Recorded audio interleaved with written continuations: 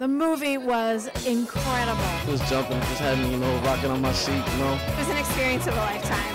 It was cute. It was way cute. I loved it. It was brilliant. It was really good. I recommend it. It's a tearjerker. I think everybody should see this movie. Jesse Eisenberg, you are star of the new movie, The Social Network. What was your first thought when you got this script? When you first read the script, what was your first thought? The script was sent to me by my agent under the title The Social Network, aka Facebook, and it just seemed so silly. But I saw, of course, Aaron. The idea of making a movie about Facebook. I was just curious how how that would be achieved, and I saw it was Aaron Sorkin's name, so I was even more surprised because he was one of my favorite writers of all time. But from page one, it's immediately clear that it's not a standard story. It's not kind of a standard story that one might expect of a movie about Facebook, which you would think would focus on how cool it is or something. The characters he created, I could speak for myself, the character he created that I played was just an incredible character. He's both very interested in connecting with other people, but finds it very difficult to connect interpersonally. So, instead of kind of just retreating into his dorm room, he retreats into his dorm room, but creates an environment where he feels comfortable creating. And of course, now it's turned into, 500 million members strong. Armie Hammer, in the movie Social Network, you play the character Cameron Winklevoss. Yes. What first impression when you first read the script? What was the first thing that came to your mind when you read the script? Well, when I first grabbed the script, I thought, oh my God, this thing is so thick. Because, it's about 50 pages longer than any script I've ever been given. And I was just like, this is going to take a long time to read.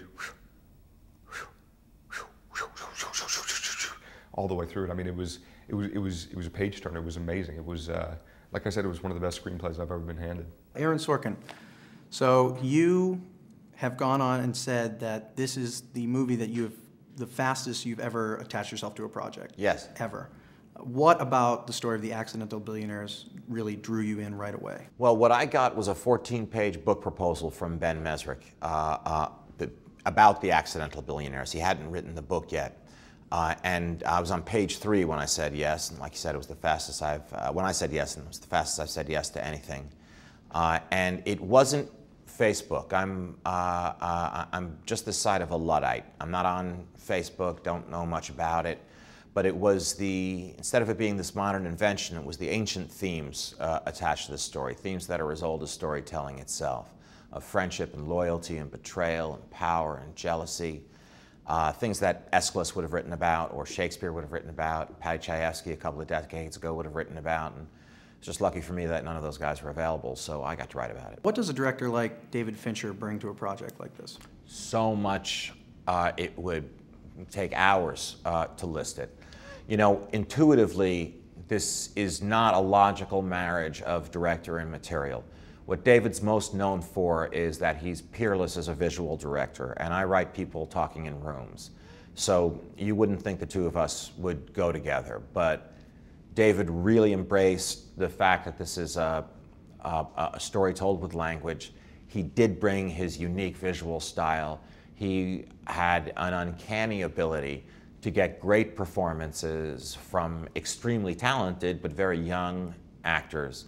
Yeah, it's one of the most awe-inspiring things to watch him work. He has such a powerful leadership ability that he's able to kind of take control of everything, and he has such a clear and specific view that he's able to get each piece of his machine to do exactly what they need to create the final image that he wants.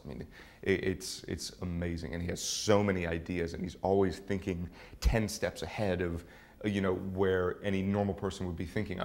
He's been my hero since I really got into the game of acting. So it's been like a dream. And then the other thing I was surprised about when I got the script was that David Fincher would be directing a movie about Facebook.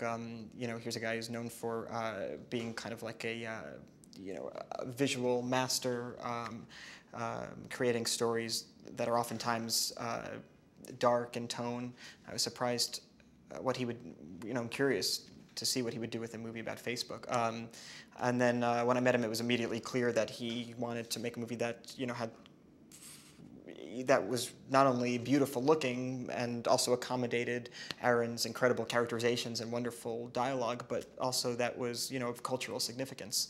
You know, it was not my job to kind of comment on the cultural significance of the movie, but being a part of this movie that, you know, details, you know, feelings that are really generational and contemporary feelings of, you know, kind of alienation, but in a world of being, you know, of increasing accessibility, you know, of kind of feeling uncomfortable with somebody in a room and yet going home and talking to millions of people. So how much of this is based on that book and that book proposal and on your own personal research and on just kind of dramatization?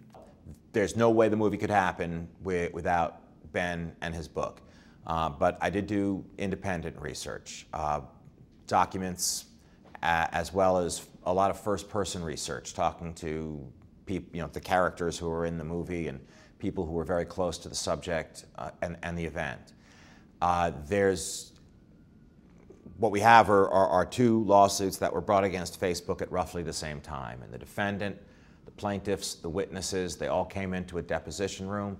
They all swore an oath, and they ended up telling three very different stories. So instead of picking one and deciding that's the truth, that's the story I'll tell, or picking one and deciding that's the sexiest, that's the story I'll tell, I really liked the idea that there were three different versions of the story, and I wanted to tell it with that Rashomon quality, where all the facts are disputed. There's nothing I've made up in the film in order to sensationalize it or Hollywoodize it or anything. But the properties of life and the properties of drama are two different things. So you are a writer or a creative writer, and you have to write dialogue and scenes. You have to make one scene follow another so that there's a pace and an action to it. And that's how it differs from real life. What is it like playing a real person? Is it never in the back of your mind that Mark Zuckerberg is going to see this film? You know, it's impossible to speculate what the people who this movie is about would think of this movie. And because it's impossible to speculate what they would think about it, it didn't really cross my mind that much because I was so focused on creating this character, and I saw him as a character in a movie primarily, so I understand it's based on somebody real, and I looked at everything I could find about the real guy to kind of help me prepare for the role, but while we were filming it, we treated all of our roles as characters in a movie, and and while it is truthful and accurate, we felt we were playing characters in the same way you'd play a character in a fictional film. You obviously did some research for this role, for this movie. You're in the movie, so you clearly know a lot about this story. Is it difficult to kind of separate your own opinions on these real people and what happened from your performance? What is it like knowing your viewpoints of what happened versus this character? Well, fortunately, I didn't know too much about this whole story before I got into it. I mean, I knew about Facebook. I had a Facebook, so I was familiar in that aspect. Do you want to be friends on Facebook? Yeah. Friend me, of course, man. I will. Sure. Don't think I'm joking. Yeah, friend me. Friend me, of course. Armie Hammer. To-do list. There you go. Perfect. Done. Yeah. I promise you I don't check my Facebook more than probably once every 3 months, but I will get around to accepting it, I promise. Okay.